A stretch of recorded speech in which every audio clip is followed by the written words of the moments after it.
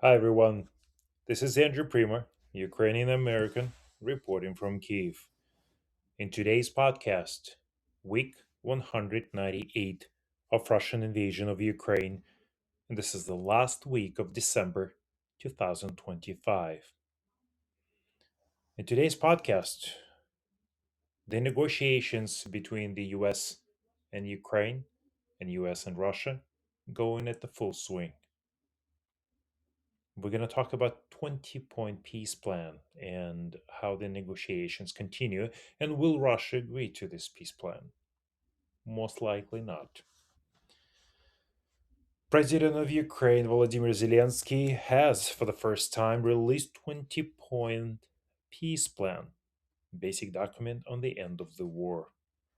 As he explained during a conversation with reporters, this is the agreement that previously had 28 points, but was updated to 20-point peace plan. So the release of the 20-point peace plan between the United States and Ukraine marks an important event that reflects the initial stage of negotiations aimed at ending the Russian war in Ukraine. I will analyze the content and evaluate specific points of this plan separately. First, it is advisable to assess the current status of this document and the prospects for further negotiations. First of all, it is important to understand that this is not a finalized peace agreement, but only a joint draft of the peace plan between the US and Ukraine, which still needs to be approved or agreed by Russia. Although this peace plan currently raises many objections, it is compromise that Ukraine finds quite acceptable. That is why our negotiators agreed to it. However, even the United States said that this agreement is not final. The published text records disagreements on 2 points. Point 12, regarding the status of the Zaporizhia nuclear power plant, currently occupied by Russia, and point 14, regarding territorial division. For the Zaporizhia nuclear power plant, the US suggests an equal split of control between Russia and Ukraine, with the US acting as the overall manager of this joint venture. Ukraine proposes a different plan, a 50-50 Ukraine-US joint venture, where half of the electricity produced goes to Ukraine and the other half to the US, which will then decide how to distribute it. It would guess that, in the end, a compromise will be reached regarding the Zaporizhia nuclear power plant, likely involving a special status for this plant.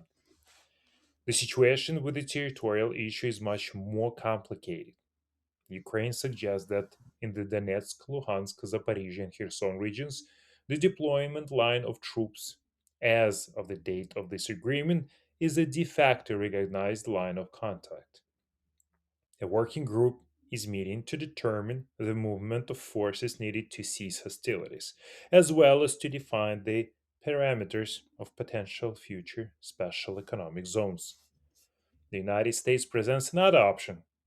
A potential free economic zone in Donbass is being considered.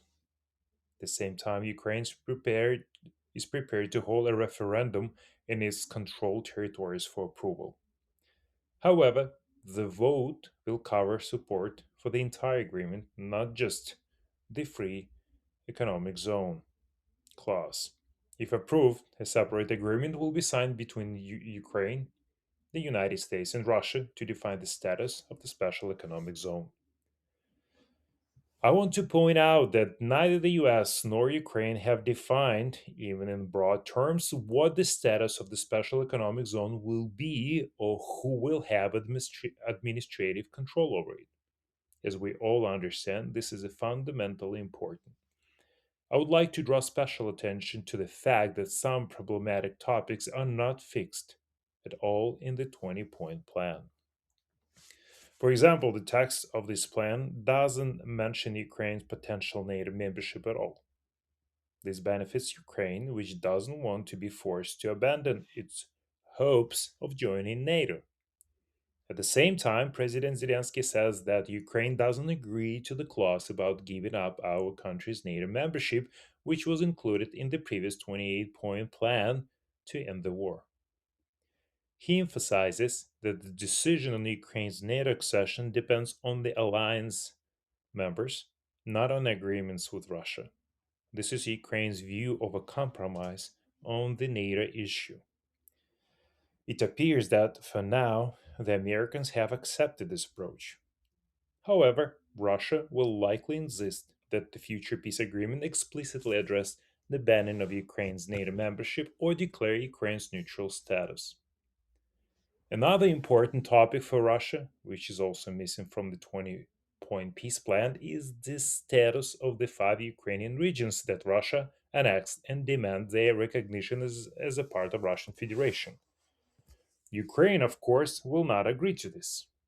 As a result, this issue is not included in the US Ukraine peace plan. However, Russia will likely insist that this matter be settled in a future peace agreement. Still, a compromise between Russia and Ukraine on this issue is unlikely. The chances for an agreed peace treaty will only improve if Russia doesn't insist on including this territorial point in its plan agreement with Ukraine. And here we reach the main issue. How will Russia view the joint US Ukrainian peace plan? Most commentators and political advisors and military advisors tend to agree that Russia's response to this peace plan will be negative. Based on Putin's public statements, it's clear that the Kremlin doesn't want to end the war against Ukraine and have no tensions whatsoever. They're most likely interested in capturing more and more Ukrainian territory. However, the Russian dictator Putin also aims to keep constructive relationships with Trump and the possibility on strategic agreement with the United States. Therefore, it's quite probable that Russia will not outright reject the US Ukraine peace plan, but will show willingness to continue peace negotiations while also issuing critical remarks about many aspects of the plan, including its demands for unilateral concessions from Ukraine. This could serve as a formal excuse to keep active military actions against Ukraine ongoing, even as peace talks continue with the US. Under this strategy, the Kremlin might also delay responding to the US Ukrainian peace plan and the ongoing developments of negotiations. An online meeting between American negotiators and Putin was scheduled for December 4th. However, there is no information so far indicating that this contact has occurred. Overall, it is notable that the Russian side has not released any details about the content or outcomes of the negotiations with the United States. This lack of transparency adds further complications to the negotiation process. So, how can the peace negotiations process develop in the future then? In any case, a significant response from Russia to the joint peace plan from the United States and Ukraine is now expected. Afterward, American negotiators will likely try to reach a compromise with the Russians and Ukrainians. However, because of the Christmas and New Year holiday in the West, there might be a brief pause in US negotiations activity, perhaps a week or a little longer. As before, the United States will continue to play the leading role in the negotiations process. So, possible algorithm for the further negotiations actions are the following. First, points will be highlighted where there are no fundamental differences between Russia and Ukraine. On these issues, US representatives will try to quickly formulate and agree on mutually accepted wording with representatives of the Russian Federation and Ukraine.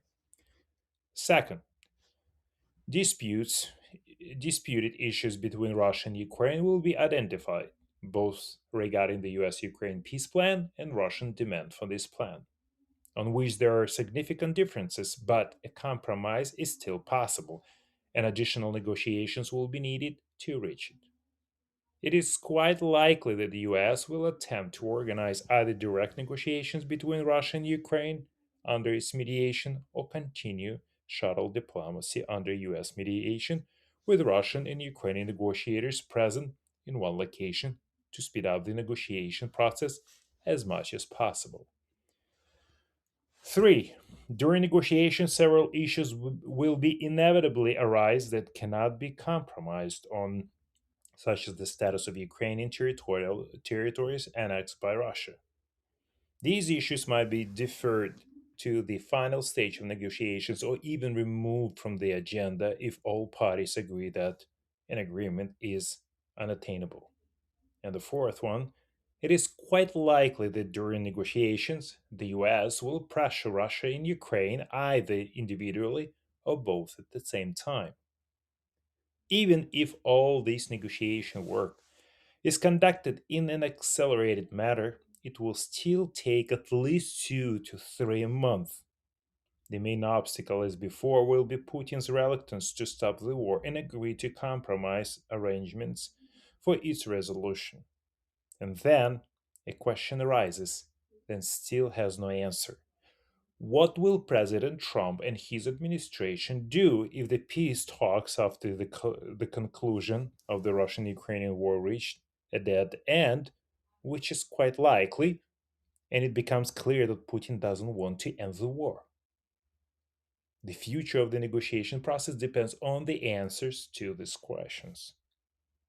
So, most experts, as we mentioned before, that Kremlin won't accept 20-point US Ukraine peace plan. Russia has not supported the latest version of the 20-point peace plan and will seek key changes, including additional restrictions on the Ukrainian defense forces. According to the Bloomberg, Russia views the peace plan developed by the Ukrainian and American sides as a starting point for further negotiations because it doesn't include provisions that are crucial to Moscow.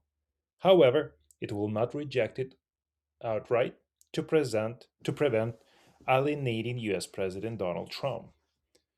So the Moscow views this document as a fairly typical Ukrainian plan, but will review it with a cool head.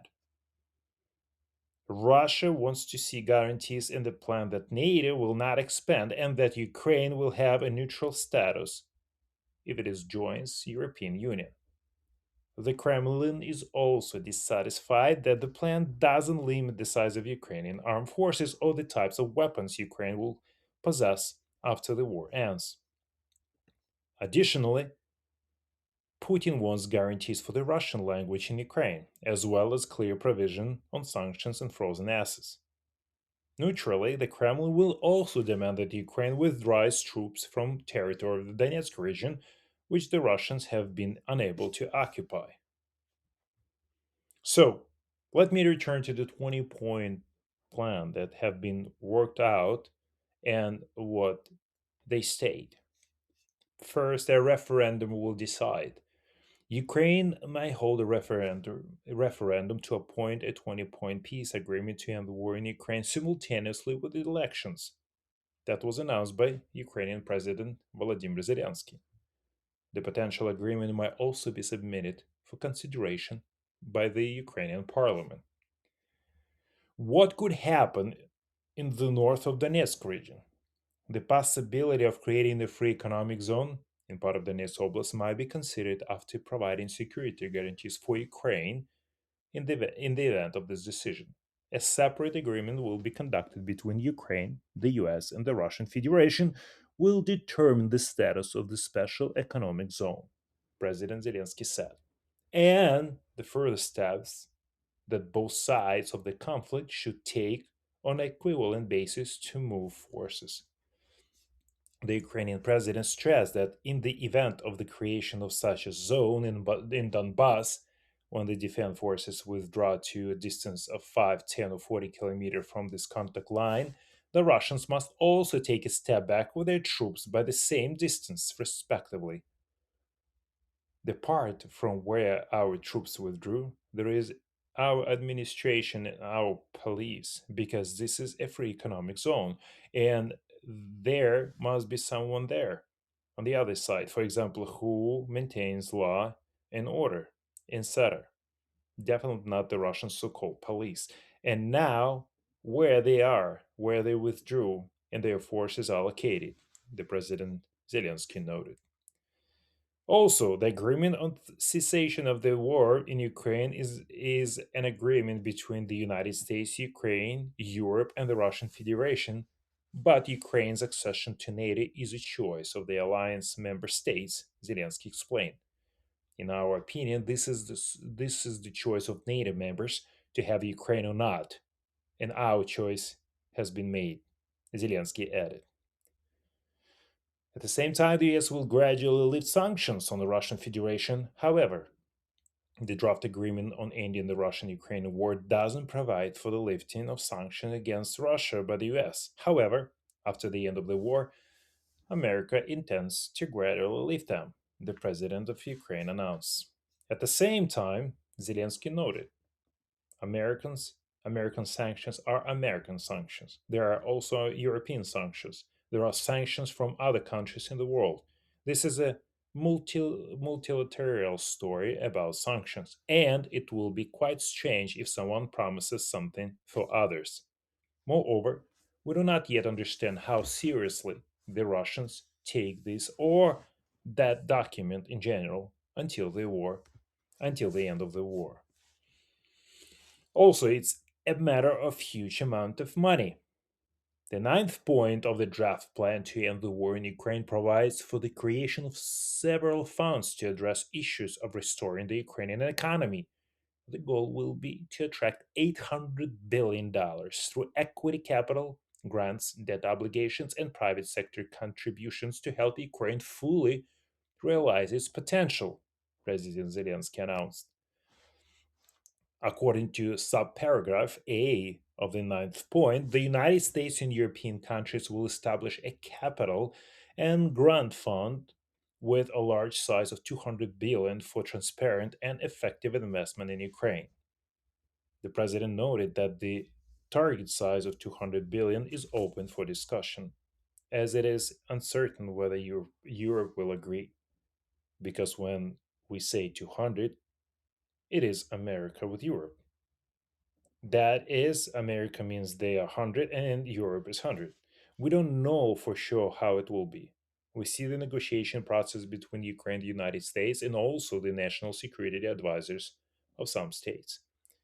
But they have not yet fully clarified their position on everything for Europe, and this might change, the Ukrainian leader explained.